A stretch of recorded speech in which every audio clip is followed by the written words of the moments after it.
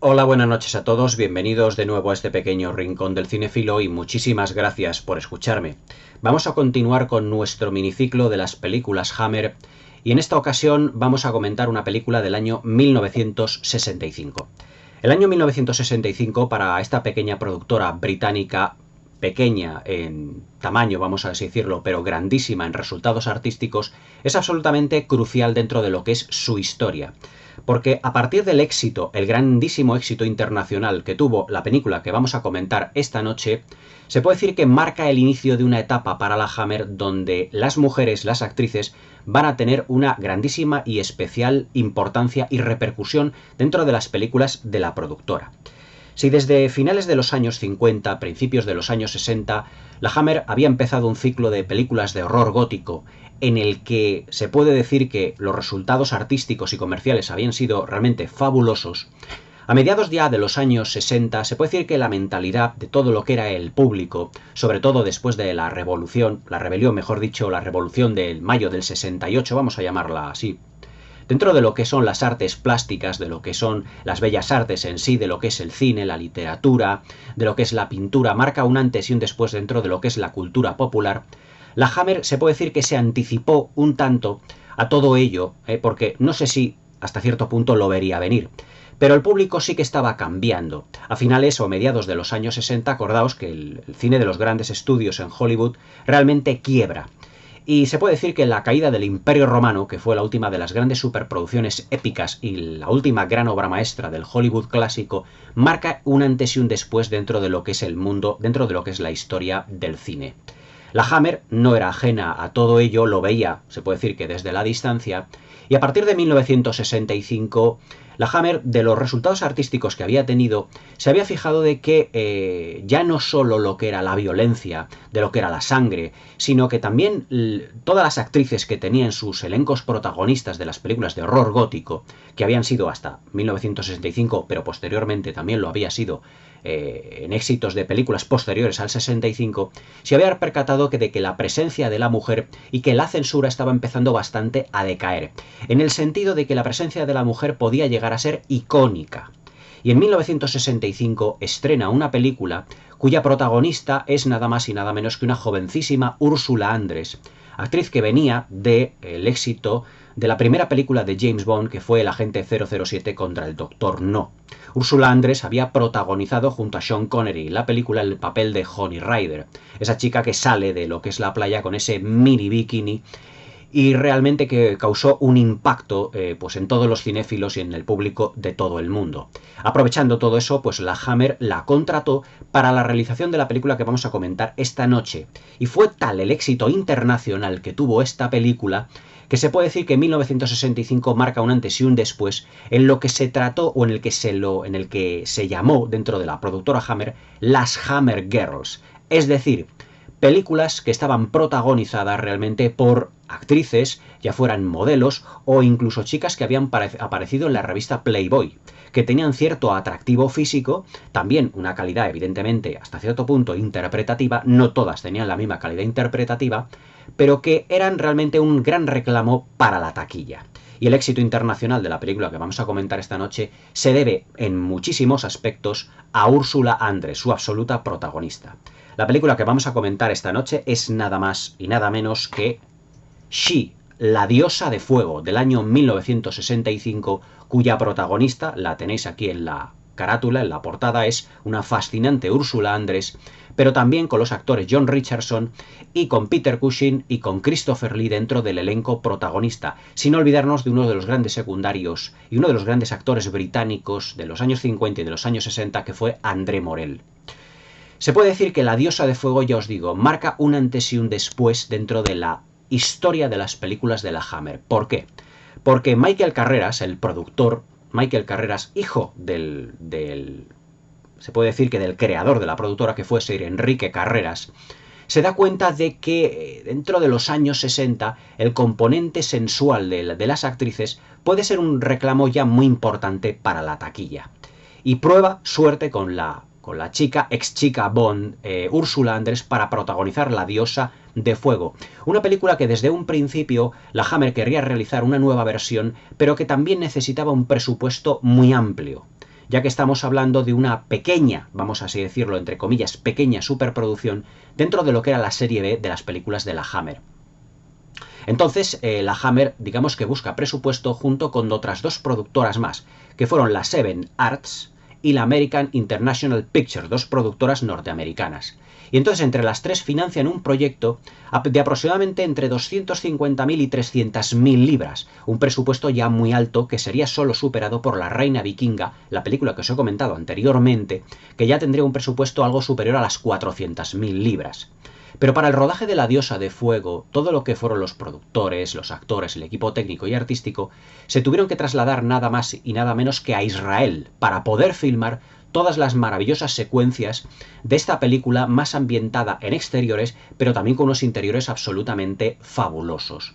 Pero vamos a hacer un pequeño inciso en lo que es la reseña de La Diosa de Fuego para hablaros un poquito de este fenómeno de lo que fueron las Hammer Girls. Ursula Andress se puede decir que fue la primera, es decir, la primera actriz importante en ser una protagonista dentro de una película de la Hammer y, ojo, explotar, por así decirlo, sus encantos. Un año o 2 años antes habíamos tenido una película de suspense protagonizada por Bette Davis, que era A Merced del Odio, del director Seth Holt, también dentro de las películas de la Hammer. Pero claro, en los años 60 ya Bette Davis era una mujer, una actriz ya, vamos a decirlo así, muy entrada en años, ya un poquito ya muy madurita, ya más un poquito casi anciana. Y claro, los encantos no podía explotarlos tanto como a una chica de 20 y tantos años como podía ser perfectamente Ursula Andress. Entonces en la película los encantos de Ursula Andress se puede decir que están explotados al máximo. Su figura, su físico, la fotografía extraordinaria en Technicolor y además la película estuvo filmada en lo que se denominó el Hammerscope, que era realmente el formato Cinemascope. Pero claro, ese Technicolor, la fotografía y sobre todo, digamos, el vestuario enfocado y principalmente en Ursula Andress la convirtieron, además de la de película del Doctor No, en un extraordinario sex symbol. Es decir, Ursula Andress, si tiene la categoría de sex symbol dentro de los años 60 y 70, es gracias a la película del Doctor No y también gracias a La Diosa de Fuego de la productora Hammer Films. Posteriormente, otra gran actriz del Hollywood de los años 60 y 70 sería la segunda Hammer Girl, por así decirlo, en protagonizar una producción importante dentro de la productora, que fue nada más y nada menos que Raquel Welch en Hace 1.000.000 de años, cuya reseña tenéis aquí dentro del canal.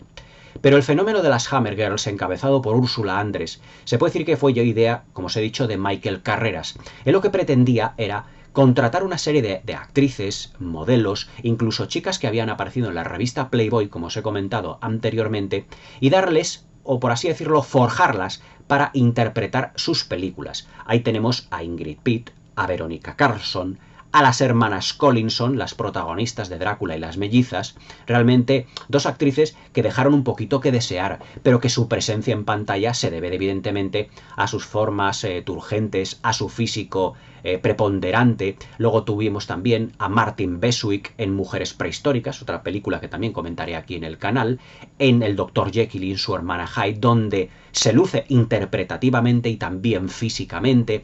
Es decir, Michael Carreras dentro de la Hammer Films lo que hace es explotar, por así decirlo, o utilizar un poquito el cine de explotación que en los años 60 y parte de los años 70 estaría enfocado también a actrices a lucirse físicamente y también interpretativamente. Pero también tenemos que darnos cuenta de que estamos dentro de lo que es el cine británico. Y claro, ya esas exploitation que tuvimos, por ejemplo, en las películas de Russ Meyer no íbamos a tenerlas.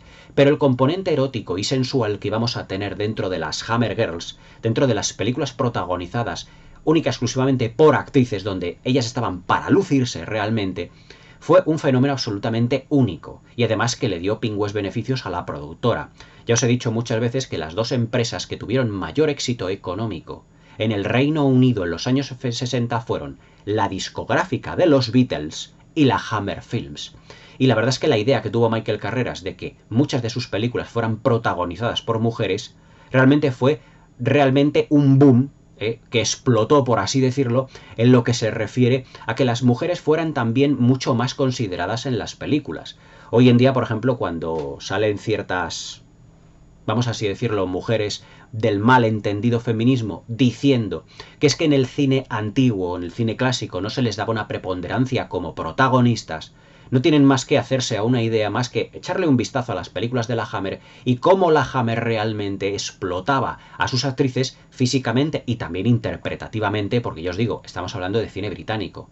Y también para estar a la altura de actores como Peter Cushing o Christopher Lee, tenían que tener, evidentemente, cierto bagaje interpretativo. Es decir, la Hammer lo que hacía era pulir interpretativamente a estas actrices de un atractivo físico totalmente indudable para poder lucirse en pantalla. Y ellas eran las auténticas protagonistas. Y ya no solo tenemos que irnos a las Hammer Girls. Las chicas Bond también fueron de otra productora británica, la Eon Production, y ni que decir tiene de grandes actrices como Katharine Hepburn, como la misma Bette Davis, como Mary Pickford, Lillian Gish dentro de lo que fue la etapa de cine mudo. O sea que las actrices han tenido una importancia capital dentro de lo que es la historia del cine. Y dentro de lo que fue una pequeña productora como la Hammer, se puede decir que cinematográficamente dentro de la historia del cine, las Hammer Girls hoy en día tienen tantísima importancia como las reinas del grito, por ejemplo, las Scream Queens dentro de lo que fue las películas de la Universal, dentro de lo que fueron las películas de terror en general, de todos los tiempos de la historia del cine. Es decir, han tenido una importancia tal que muchas de ellas han tenido un estatus de estrella, muchas veces, vamos a decirlo así, no a lo mejor excesivamente que se lo hayan ganado, pero por la presencia en pantalla de una o dos películas, esa actriz se ha convertido ya en una estrella objeto de culto. Hoy en día, por ejemplo, las hermanas Collinson, las protagonistas de Drácula y las mellizas, son hoy en día actrices de culto, y solo por protagonizar una película. Solo una. Incluso Verónica Carlson, que hace poco falleció, protagonizó solo 3 películas para la Hammer y de ahí hizo algunas más, pero no excesivas, porque ya a Verónica Carlson, ya os hablaré un poquito más de Verónica Carlson cuando haga el vídeo especial de las Hammer Girls, se puede decir que fue una actriz en ese sentido que fue desilusionándose con el cine, porque era tal su belleza y su voluptuosidad que muchos directores no la quisieron explotar interpretativamente como si lo habían hecho en la Hammer, sino también físicamente. Y entonces fue, digamos, desengañándose del cine. Pero las Hammer Girls tuvieron una importancia realmente capital dentro de la historia de la productora de la Hammer, pero también dentro de la historia del cine y de la historia del cine de películas de culto, porque se han convertido hoy en día, muchas de ellas, la mayoría, en estrellas de culto. Yo os digo Martin Beswick, Verónica Carlson, Ingrid Pitt, Barbara Shelley, Valerie Haunt, muchísimas de ellas, y entre ellas las que lo empezaron fueron Úrsula Andrés y luego Raquel Welch, pero principalmente fue Úrsula Andrés en La diosa de fuego. A mí siempre me han gustado, ya entrando de lleno en lo que es la película, a mí siempre me han gustado las películas de aventuras de serie A, grandes superproducciones, pero también muchísimo las películas de serie B, porque en los años 50, años 60 y años 70 se realizaron un número prácticamente ingente de grandes películas, vamos a decir grandes, cogerlo con pinzas, grandes películas en contenido, aunque no evidentemente mejor en resultados, pero películas muy atractivas en lo que se refiere a viajes de expediciones, civilizaciones perdidas, culturas perdidas, prácticamente un cine que hoy en día ha caído en desuso, viajes a lugares remotos, monstruos antediluvianos, civilizaciones que han quedado ancladas en el pasado, todo dentro, evidentemente, de nuestro globo terráqueo. Pero esos viajes de los barcos que han atracado en una isla en donde hay monstruos, evidentemente casi os estoy contando la película de King Kong, que tiene una gran importancia, pero también películas en donde expediciones han ido a lugares recónditos de la Tierra, ya sean selvas tropicales, desiertos, el Polo Norte, y se han encontrado con civilizaciones ancladas en el pasado. A mí me han fascinado. Por ejemplo, una película como esta de la Disney de los años 60, que fue La isla del fin del mundo, una película que yo creo que hoy en día está prácticamente olvidada, es un auténtico deleite para los amantes del cine de aventuras, que es uno de mis géneros, por no decir mi género favorito. Pues La diosa de fuego se puede decir que recoge todo el encanto de todas esas películas, y tenemos la historia de unos personajes y además de un argumento sumamente atractivo. La diosa de fuego es una película que nos habla sobre la crueldad, sobre los celos, sobre la ambición de poder, sobre el afán de la inmortalidad también. Ahora lo comentaremos cuando entremos de lleno en lo que es el argumento. Los viajes, ya os digo, a civilizaciones perdidas, es decir, en lo que se refiere a mitos, a dioses, a espíritus. Es decir, La Diosa de Fuego es un gran compendio de todo ello, porque en lo que se refiere a aventuras y todo lo que os estoy contando, la película de la Diosa de Fuego, esta película que tengo en la mano, realmente merece mucho su visionado hoy en día. Y es una película, además, con una exquisita calidad técnica, no muy exquisita en calidad interpretativa. Pero es lo que yo digo muchas veces. Es decir, dentro del género que nos estemos moviendo, cobrará importancia algunos aspectos y otros no tanto. Dentro del género de aventuras, lo que es la historia, el desarrollo de los acontecimientos y un non-stop de secuencias impresionantes, de civilizaciones perdidas, ya os digo, de expediciones, de peligros continuos a los que tiene que enfrentarse una expedición, tiene que ser algo constante. Las interpretaciones tienen que ser creíbles, pero tampoco tienen por qué ser realmente extraordinarias. No estamos hablando de un gran drama romántico donde los personajes tengan que exprimirse interpretativamente hablando, no, ni muchísimo menos. En las películas de aventuras tenemos que fijarnos en todos esos movimientos de los personajes que nos van enseñando o que nos hacen protagonistas de todos los acontecimientos que están viviendo, de todas las aventuras, de todos sus descubrimientos, de sus tesoros, de sus ruinas, de sus, vamos así llamarlo, de todas sus aventuras y desventuras. Y La Diosa de Fuego realmente es una película que eso es realmente lo que nos está contando. Un viaje realmente alucinante, digamos, a un lugar recóndito de lo que es el desierto palestino, de lo que es el desierto egipcio, para encontrarnos realmente con una civilización en el que se puede decir que no han pasado los años, que se han quedado como anclada hace 2000 años y que vestimentas, comportamientos, todo ello nos hace ver de que esa gente no ha cambiado en tantísimo tiempo. Y eso es lo que hace realmente especial a La Diosa de Fuego y a todas las películas, tanto de serie A como de serie B, que nos han ido regalando la historia del cine de este tipo de films. Hoy en día se puede decir que las películas de monstruos, civilizaciones perdidas, todo ello, expediciones a lugares recónditos de la Tierra, todo ello ya se puede decir que ha caído y qué género no ha caído realmente hoy en día en Hollywood y en el cine en general, porque esto es una película británica, no es de Hollywood, aunque sí es una coproducción que utiliza dinero de Hollywood, pero es una película con eminente sabor británico desde un principio. Y ahora vamos a entrar dentro del argumento y lo vais viendo. Dentro de lo que es el elenco protagonista, Christopher Lee, Peter Cushing y André Morel no necesitan presentación, sobre todo los dos primeros, pero sí lo que es la pareja protagonista, compuesta por Ursula Andress y John Richardson. Ursula Andress, ya os digo que después del Doctor No, tuvo una importancia capital dentro de lo que eran las sex symbols, aunque ya os digo que después de La Diosa de Fuego su estatus prácticamente se multiplicó, se proyectó gracias al éxito internacional de esta película.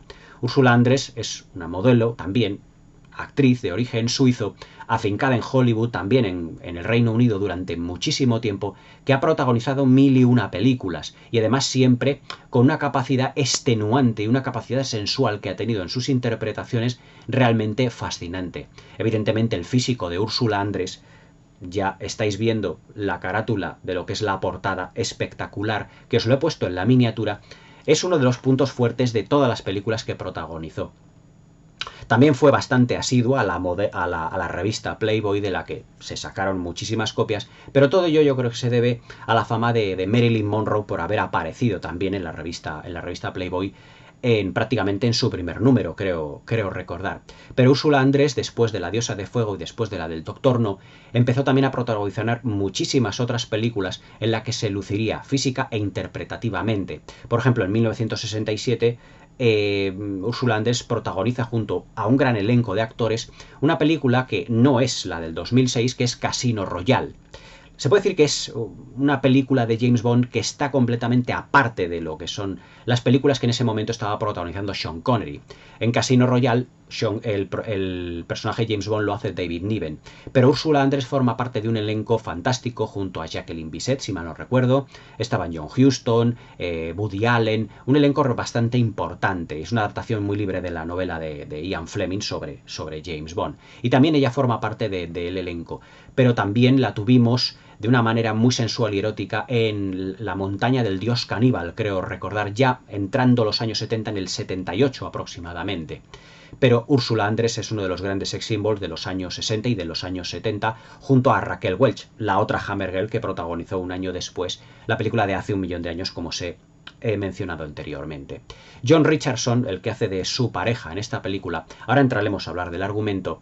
El protagonista se puede decir que dentro del film es uno de los personajes un poco más sosainas, por así decirlo, porque aunque tiene un buen físico, es bien parecido. John Richardson era un actor que estaba a sueldo, creo recordar, de la Seven Arts cuando fue contratado para hacer La Diosa de Fuego, pero que digamos que la química con Ursula Andress, tanto el rodaje como en la película, fue tan sumamente, digamos, bien acogida por parte del público y la crítica, que repetiría un año después junto a Raquel Welch en Hace un millón de años. Pero claro, con un físico completamente distinto y en el que prácticamente casi ni se le reconocía. Pero vamos, luego la fama de John Richardson pues prácticamente fue decayendo cuando ya desapareció o cuando la Hammer fue apagándose. Fue el marido de otra Hammer Girl, que fue Martin Beswick, creo que hasta mediados de los años 70. Aproximadamente. Fue un actor que a mí siempre me había parecido físicamente a Terence Hill, pero claro, nada ni en fama ni en calidad interpretativa, y es que eso que Terence Hill no es un gigantesco actor, no es un grandísimo actor, pero se puede decir que John Richardson, digamos que está aquí como de comparsa en esta película. Argumentalmente hablando, nos situamos, ya os digo, en la Palestina de 1918 al final de la Primera Guerra Mundial. Y tres personajes que habían participado en lo que era el conflicto, John Richardson, Peter Cushing y Bernard Cribbis, en un papel en el que Bernard Cribbis hace como de mayordomo del personaje de Peter Cushing, que es una especie como de aventurero, mezcla de aventurero y arqueólogo aproximadamente. Se embarcan en una misión secreta, por así decirlo. El personaje de Leo Vinci, mejor dicho, que es el personaje que interpreta John Richardson, estando como una cantina al principio de la película, ve a una chica que le gusta mucho, pero esa chica un poco, digamos, que le engatusa para ir a un lugar y estar los dos juntos, por así decirlo. Pero John Richardson, el personaje de Leo, pues viene un personaje por detrás, le deja de un golpe inconsciente, de un golpe en la cabeza, y le lleva a una estancia donde aparece Ursula Andress, y aquí es donde empieza la película a despegar realmente. Ursula Andress dice que ella es Ayesha o Aisha, la que debe de ser, como decían, la que debe de ser amada, la que debe de ser deseada y la que debe de ser obedecida. Y es un personaje que ha vivido durante 2000 años, es inmortal, durante 2000 años, a la espera de la reencarnación de un amante suyo. Y ese amante era nada más y nada menos que uno de los sacerdotes de Isis llamado Kilícrates. El personaje de Leo, interpretado por John Richardson, es la reencarnación de Kilícrates. Entonces Aisha lo que hace es intentar llevarse a Leo, es decir, a la reencarnación de su antiguo amante, hacia una ciudad perdida, y aquí es donde viene el componente aventuresco, ya que los tres personajes principales, Leo, Holly y su, por así decirlo, y su mayordomo, es decir, John Richardson, Bernard Cribbs y Peter Cushing, lo que van es emprender un viaje hacia una ciudad perdida, y es que Aisha le da a Leo, a John Richardson, un mapa para que él encuentre una ciudad perdida llamada Kuma. Y vosotros diréis, ¿y por qué Leo no se va directamente con Aisha? Porque Aisha le tiene que poner una serie de pruebas a lo largo de su, digamos, su periplo, su viaje por el desierto. Y si logra sobrevivir y llegar a la ciudad perdida de Kuma, se puede decir que será la verificación de que él es la auténtica representación o reencarnación de su antiguo amante llamado Kilícrates. El personaje de Peter Cushing nos hace una exposición mucho más clara de todo ello, en el que hay una leyenda dentro de Egipto, en el que se dice, por así llamarlo, que dentro de lo que era la civilización egipcia, uno de los sacerdotes de Isis, digamos, traicionó a la civilización egipcia y se fueron él y otros personajes afines a él a vagar por el desierto, y que sobrevivieron y que construyeron una ciudad que se supone que era una leyenda. Y además es que este personaje, el personaje de Kilícrates, al ser un, por así decirlo, ¿cómo os lo diría yo? Os lo acabo de decir hace un momentito. Ser uno de los sacerdotes de Isis, también tenía amantes, y una de las amantes era una mujer de gran belleza llamada Aisha.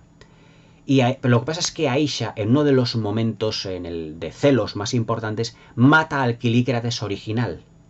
Pero ella se arrepiente de su hecho. Es decir, estamos dentro de una película de aventuras donde hay un componente romántico también, pero también hay un fuerte componente de celos. Aisha, a su vez, digamos que dentro de lo que es la ciudad perdida de Kuma, da con un, vamos así llamarlo, médico brujo de chamán, que le da el secreto de la inmortalidad. Y ese secreto lo que hace es que una llama o una caída de una especie de estrella fugaz dentro de lo que es una llama imperecedera, se transforma esa llama en un fuego azul, y el fuego azul la transforma en un ser inmortal. No la quema, la transforma en un ser inmortal. Y ella espera 2000 años, porque se arrepiente de haber matado a su amante Kilícrates, espera 2000 años a encontrar a la reencarnación de su amante. Entonces, cuando ve a John Richardson, cuando ve a Leo, dice, estoy completamente convencida de que él es la reencarnación del sacerdote de Isis Kilícrates, un sacerdote que, según Peter Cushing, tenía fama dentro de la leyenda de ser un auténtico asesino.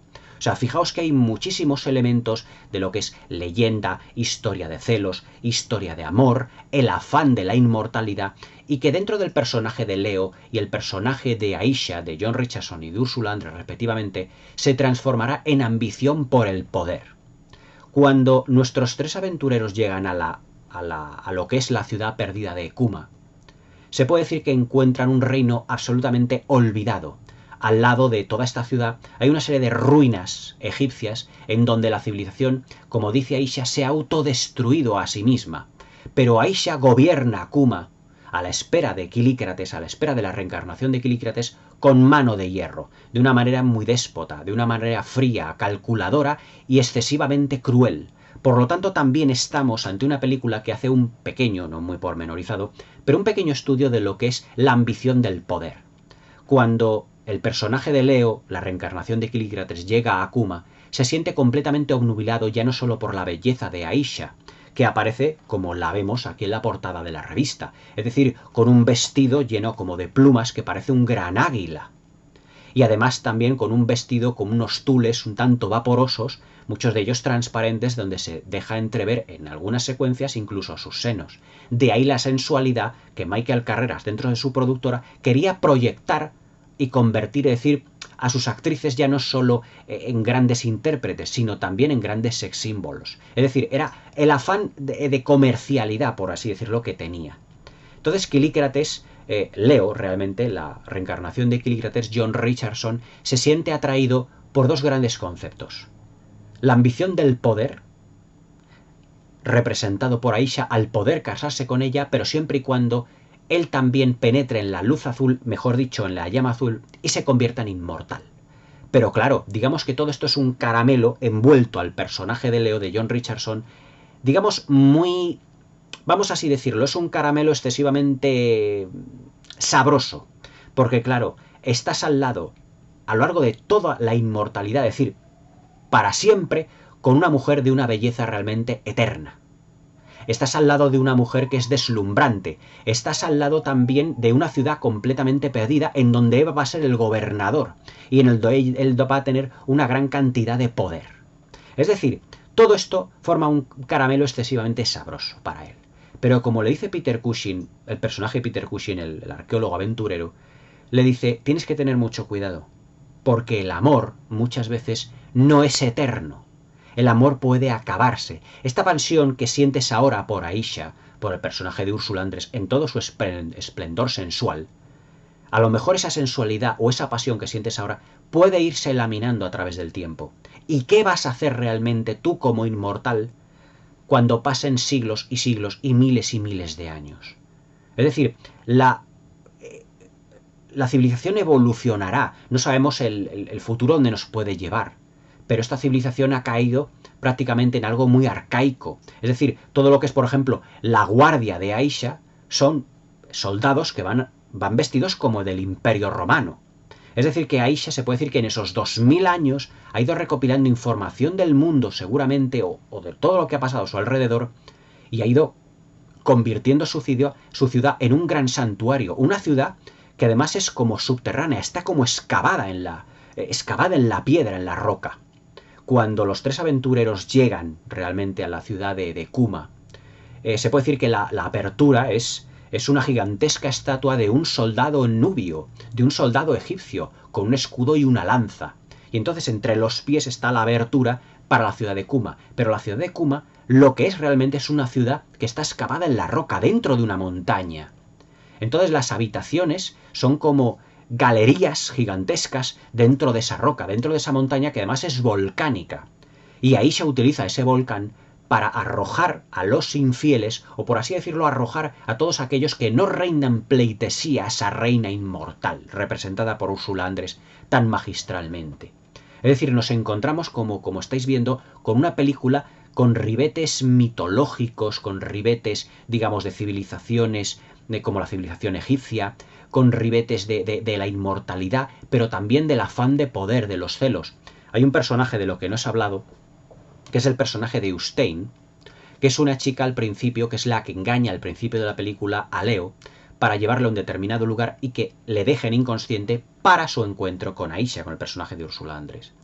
Esta chica, al ver que también tiene cierta atracción por el personaje de Leo, lo que hace a Aisha, y esto, bueno, es un pequeño spoiler dentro de lo que es la película, pero tampoco tiene excesiva importancia, es matarla. Es decir, los celos, que había sido uno de los elementos, digamos, que habían hecho que hace 2000 años Aisha matara a Kilícrates y que ahora 2000 años después lo quiera recuperar, realmente vuelven a cobrar protagonismo. Es decir, el personaje de Aisha lo que hace es que el personaje de Ursula Andress no ha aprendido con el tiempo, y se puede decir que los celos siguen estando presentes. Su personaje no ha evolucionado y no le ha enseñado nada esos 2000 años que han estado, sobre todo en la relación que ella tiene con los hombres.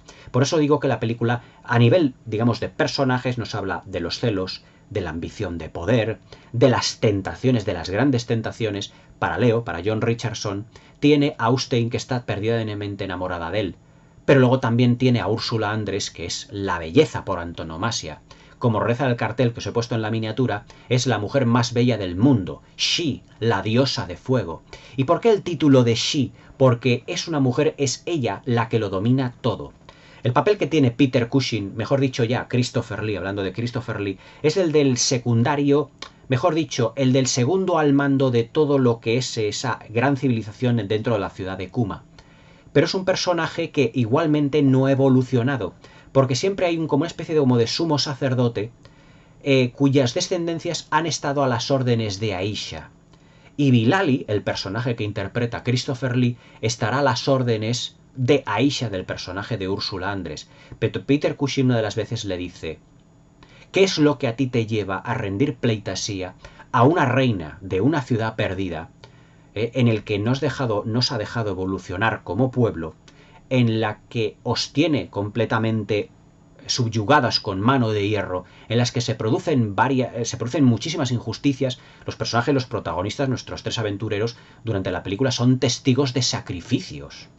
Es decir, que es una civilización muy arcaica, muy primitiva en ese sentido, con unos grandes avances en el vestuario y todo ello, pero todavía que se rigen por leyes completamente antiguas. Es como si la película de repente se retrasase en 2000 años en el pasado. Pero yo creo que esa es la fascinación que tiene la película de la diosa de fuego. Ser una película que nos lleva a una civilización en la que se conservan todavía todas las costumbres y todos los ritos, por así decirlo, de sacrificios de todas aquellas personajes que realmente han sido infieles o que no han seguido las órdenes de la que debe de ser obedecida, que es She, la diosa de fuego, es decir, Aisha, interpretada por Ursula Andress. La verdad es que la película en ese sentido tiene un argumento que es fascinante. Yo os digo que para mí las películas de viajes, de expediciones secretas a mundos perdidos o a civilizaciones completamente perdidas, me parecen fascinantes, y que hoy en día yo creo que es un subgénero dentro de las películas de aventuras totalmente a recuperar y también a reivindicar. De ahí que este vídeo tenga especial importancia y que para mí pues sea un acicate para poder comentároslo, porque me gustan mucho este tipo de películas de civilizaciones perdidas. Todo, como os he dicho varias veces en el canal, dentro de un halo de romanticismo, porque la película también está rodeada de una atmósfera agobiante, de un romanticismo completamente palpable. Es decir, John Richardson se mueve desde un principio para llegar a la ciudad de Kuma por la pasión por Aisha, por un deseo carnal seguramente, porque en ese primer encuentro que han tenido en Palestina, ellos se besan apasionadamente. Es decir, el personaje de Leo, de John Richardson, lo que es el personaje de ese renacido Kilícrates, lo que le hace a Aisha es darle a probar el deseo que puede surgir en él debido a su belleza. Y eso, del equipo técnico de la película, se encarga fantásticamente bien de enfocar a Ursula Andress como el sex symbol que se iba a convertir después de esta película. Es decir, que Ursula Andress le da a probar la fruta prohibida a Leo. Le da a probar esa fruta prohibida y es ese deseo lo que hace que Leo vaya a la búsqueda de Aisha constantemente, o Ayesha, porque yo la he visto en castellano, pero también en versión original. Y claro, él lo que quiere es encontrarse con esa mujer esplendorosa que ha probado sus labios y que le ha gustado muchísimo en ese beso absolutamente pasional, que todo hay que decirlo, como se besaban en las películas clásicas o en las películas de los años 50, 40, 60, lo que eran los protagonistas. Sus besos eran apasionadísimos, se abrazaban y se deseaban con la mirada. Y además es que entre el personaje de Leo de John Richardson y el de Aisha de Ursula Andress se miran con un deseo absolutamente memorable y los besos que tienen son fascinantes. O sea, hoy por ejemplo que los besos dentro de lo que son las películas serán un besito, incluso vemos la lengua incluso ahí por ahí, y hay un sonido que es completamente desagradable, que es el besito, ese que digo, es que no viene a cuento. Antes no había sonido del beso, pero la música, la banda sonora se elevaba para acentuar el tono romántico mientras ellos se besaban apasionadamente. Parece que prácticamente se funden los labios con unos con otros. Es decir, son unos besos increíbles. O sea, el beso que se da John Richardson y Ursula Andress es uno de los besos, yo creo que uno de los más pasionales de la historia del cine, se puede decir. Es impresionante. Pero lo que simboliza ese deseo es que Aisha le ha dado a probar a Leo, su posterior amante, la fruta prohibida, la fruta del deseo. Y todo eso unido al deseo ya no de carnalidad, sino de gobernar una ciudad y de inmortalidad, pues claro, es un cóctel maravilloso para que el personaje de Leo, de John Richardson, pues prácticamente caiga en las redes de Aisha. Por eso yo os digo que es una película que nos habla sobre la ambición.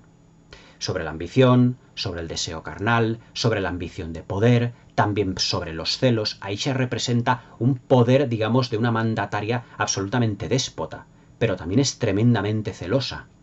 Es una persona que durante 2000 años ha tenido un deseo de posesión absolutamente irrefrenable.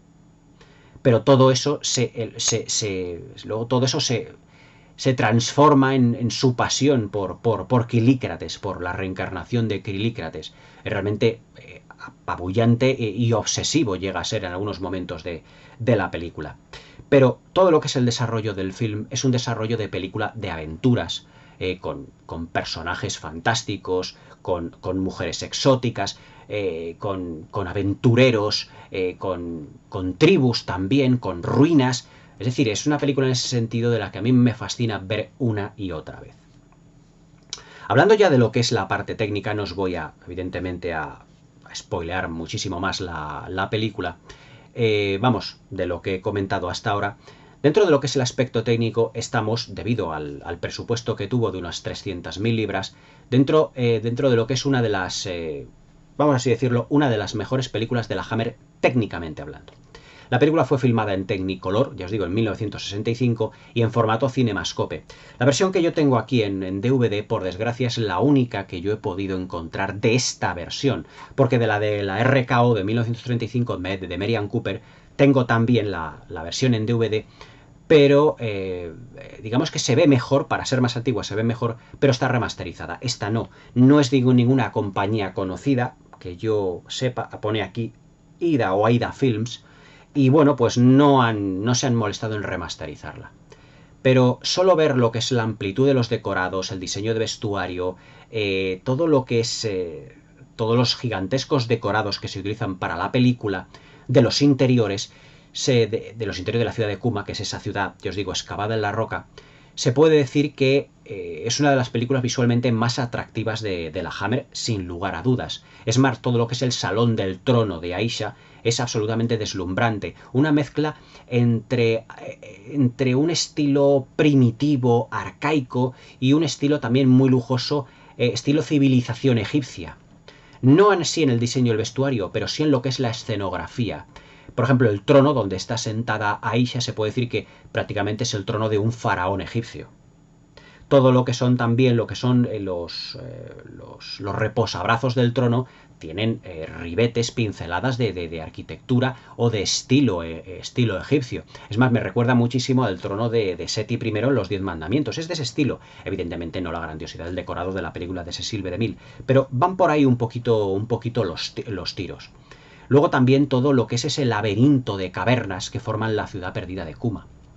También filmados muy al estilo Hammer. La Hammer se puede decir que creó ese estilo de rodar o planificar la película de una forma laberíntica para que nos demos cuenta o que nos dé la sensación de que podemos perdernos dentro de ese enmarañado de grutas, de pasillos todos rocosos. Hay una secuencia muy graciosa en la que, bueno, muy graciosa para comentar, en la que cuando los tres aventureros llegan a Kuma, Peter Cushing, que es, digamos, el más inquieto o el más arqueólogo, vamos a llamarlo, de los aventureros, empieza a mirar hacia arriba, hacia todas partes, y da como un golpe en la pared como diciendo, si es roca, esto es una ciudad excavada en la roca.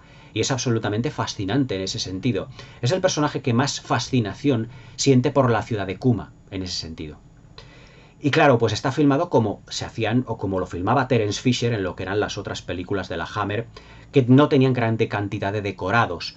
Es decir, para que el espectador no se sitúe o no sepa perfectamente dónde está ubicado o dónde están ubicados los personajes, para darle ese sentido laberíntico que yo muchas veces os he comentado aquí en el canal y que luego ha sido imitado 1001 veces por otros tantos directores de otras tantas películas, sin ir más lejos, James Cameron en Aliens, el regreso, o Ridley Scott en la primera de Alien, el octavo pasajero. Ese estilo británico, para que nos demos cuenta o nos demos la sensación de que estemos ante una ciudad excavada en la roca, en la montaña, pero a su vez llena de túneles, llena de cavernas, llena de estancias. Por ejemplo, ya no solo lo que es el salón del trono de Aisha, y además con una abertura de lo que es el cráter del volcán donde está excavada la roca, es decir, es una ciudad que está excavada dentro de una montaña de origen volcánico, sino también, por ejemplo, todos esos pasillos tallados, estancias donde están, por ejemplo, hay una estancia realmente impresionante, muy impactante visualmente, donde el personaje de Bilali, interpretado por Christopher Lee, es el segundo al mando, el lugarteniente de Aisha. Digamos que está rezando, es como su consejero, es una serie digamos, de funciones dentro de la ciudad de Kuma. Y Peter Cushing se le encuentra allí y vemos que está rezando al lado de una serie de cadáveres completamente putrefactos. Y Peter Cushing se queda mirando como diciendo, ¿a quién pertenecen todos estos cadáveres? Y dice Bilali, interpretado por Christopher Lee, todos ellos fueron los sumos sacerdotes de Aisha antes de serlo yo. Y luego yo ocuparé el puesto de ellos también como otra momia más, pero no es una momia que tenga vendas, sino que el personaje, lo que es los cadáveres de los anteriores sacerdotes, de los sumos sacerdotes, están allí pues putrefactándose prácticamente. El impacto que llega a Peter Cushing y claro, dice, es que, como pensando, es que es una civilización completamente arcaica. ¿Y por qué tenéis que seguir? Le dice, ¿por qué tenéis que seguir esto? Hablando, o mejor dicho, haciendo caso a esta mujer que os está dejando en un lugar dentro de lo que es fuera la civilización y todo ello. Claro, el personaje de Bilali es muy fiel a Aisha, porque yo creo que también el personaje de Bilali de Christopher Lee está platónicamente, plenamente enamorado, vamos así decirlo, plenamente enamorado de Aisha, del personaje de Ursula Andress. Y también es otro personaje que, al igual que la ambición es uno de los pilares fundamentales del argumento, ambiciona mucho ser inmortal. Al final de la película nos daremos cuenta de ello. Pero se puede decir que esa civilización de sentido arcaico, cómo está filmada, lo que es las excavaciones de la roca, está todo muy conseguido. O sea, lo que es la atmósfera de la película es una película en ese sentido claustrofóbica cuando estás dentro de la ciudad perdida de Kuma. Yo cuando me dijeron lo de la ciudad perdida de Kuma, la ciudad perdida, cuando la vi por primera vez esta película, pensaba que iba a ser al estilo de la película de La momia, de 1999, cuando el personaje Rick O'Connell, con los personajes de Rachel Weisz, la actriz de Rachel Weisz, llegan a la ciudad perdida de Hamunaptra, donde está la momia, interpretada por Arnold Vosloo. Pensaba que era de ese estilo, pero ¿cuál fue mi sorpresa al ver que es una ciudad que está excavada en la roca? No es, técnicamente, desde el punto de vista técnico, no es una ciudad que esté en el exterior. Aunque hay un balcón donde Aisha de su ciudad da al exterior, donde lo que es su estancia, su alcoba da al exterior, en donde se ven ruinas del Imperio Romano. Y ella dice, vamos a decirlo con un gran sentido, sobre todo de lo que ha sido su experiencia en 2000 años de vida, dice: las civilizaciones y el hombre estarán destinados a destruirse los unos a los otros. Yo he sido consciente del auge y caída de grandes imperios. Y el hombre terminará por destruirse radicalmente. Es lo que evidentemente estamos viendo ya no solo a lo largo del siglo XX, sino en lo que le vamos del siglo XXI y los que estamos viendo en las guerras que tiene Israel, que tiene Palestina, que tiene Ucrania y Rusia. Es decir, que el personaje de Aisha es como una sacerdotisa o una guardiana de todos esos 2000 años de existencia. Otro de los aspectos que más me llama la atención de la película, sobre todo, es la banda sonora. La banda sonora, la partitura, tiene motivos muy aventurescos, pero también melancólicos. Sobre todo yo creo que para acentuar ese tono, ya no de celos, sino también de pérdida que tiene el personaje de Aisha en búsqueda de su amante Kilícrates. Es decir, la historia es como la historia del amor eterno, la historia del amor prohibido. En ese sentido, tiene mucho... Es decir, La diosa de fuego es una película que tiene mucho, que puede dar mucho de sí en lo que a lectura se refiere. Ya os digo que versa sobre el amor, sobre los celos, sobre las ambiciones, sobre la inmortalidad, pero todos estos conceptos llevados a una película de aventuras, que no pocas veces, mejor dicho, poquitas veces hemos visto todos estos elementos dentro de un film de aventuras. La diosa de fuego para mí representa uno de los puntos culminantes de lo que es la historia de la Hammer en ese sentido. Pero también tiene puntos débiles, no es una película perfecta ni muchísimo menos. Desde un punto de vista, ya os digo, interpretativo, para mí las películas de aventuras lo que tiene que primar realmente es, dentro de las películas de aventuras, es la acción o, pues eso, el viaje de los personajes de un sitio a otro, las civilizaciones perdidas, las expediciones, etc. Pero también cabe resaltar que algunas interpretaciones de esta película están un poquito sueltas. Sobre todo John Richardson. John Richardson físicamente da el pego muy bien, como Kilícrates, pero interpretativamente, para ser el protagonista, se queda muy a medio camino tanto de la presencia de Ursula Andress como de los tres secundarios de oro como son André Morel, Peter Cushing y Christopher Lee. Es más, John Richardson yo creo que no da la talla para echarse a la espalda una producción de esta categoría. Es más, cuando Peter Cushing en la película toma, vamos así decirlo, las riendas del protagonismo, se puede decir, sin temor a equivocarse, que le fagocita a John Richardson, al protagonista. Le fagocita por completo. Y es más, es que John Richardson, el personaje de Leo, está muy inexpresivo en esta película. Muchísimo. Ursula Andress no es que haga su mejor interpretación, pero evidentemente el componente que Ursula Andress da a esta película es un componente más presencial. Es decir, su figura, o vamos así decirlo, sus primeros planos, todo eso está mucho más trabajado en plan, digamos, de planificación, de guión técnico. La interpretación de Ursula Andress en esta película es como muy etérea. Fría y distante, pero también etérea. También es cálida y sensual, pero a la vez distante. Yo creo que aquí Ursula Andress consiguió una fascinante mezcla en lo que es la fascinación y la sensualidad de ese personaje Aisha, que lleva 2000 años con una belleza incorruptible, pero también la frialdad de a lo mejor de un intérprete que no acaba de creerse hasta cierto punto su personaje. Es un tanto ambigua la interpretación de Ursula Andress, pero ya os digo que a la vez en algunos momentos fascinante. Sobre todo además como Robert Day, el director, que no fue un director muy asiduo a la empresa de la Hammer, planifica y filma a Aisha, a Ursula Andress. Tiene planos medios y primeros planos fascinantes, donde yo creo que la belleza de Ursula Andress está fuera de toda duda, pero también tiene planos, por ejemplo, en donde yo creo que se le podría haber sacado más jugo. Pero yo creo que también en lo que es el guión no daba más de sí. El guión nos habla de muchas cosas, pero hay algunos diálogos que yo creo que no están a la altura de la belleza de la protagonista y sobre todo a lo despampanante del vestuario que lleva. Tiene dos clases de vestuario Ursula Andress en esta película. el vestuario de reina, de sacerdotisa de la ciudad de Kuma, que es la que vemos aquí en la portada, con ese tocado y además con también con una serie con un vestido lleno de plumajes y con un escote muy sugerente. Y luego como el de el no oficial, que es un vestido vaporoso y transparente donde se deja ver perfectamente su figura, sus senos también, donde se le marca prácticamente todo el cuerpo con una melena muy bien peinada, todo hay que decirlo, y maquillada esplendorosamente. Es decir, que en ese sentido, digamos que tiene como dos variantes Úrsula Andrés. Pero es una película en donde yo creo que el protagonismo, como os he dicho al principio del vídeo, donde Michael Carreras, como productor de estas películas de la Hammer, pone énfasis en su Hammer Girl. Pone énfasis en el protagonismo de la actriz.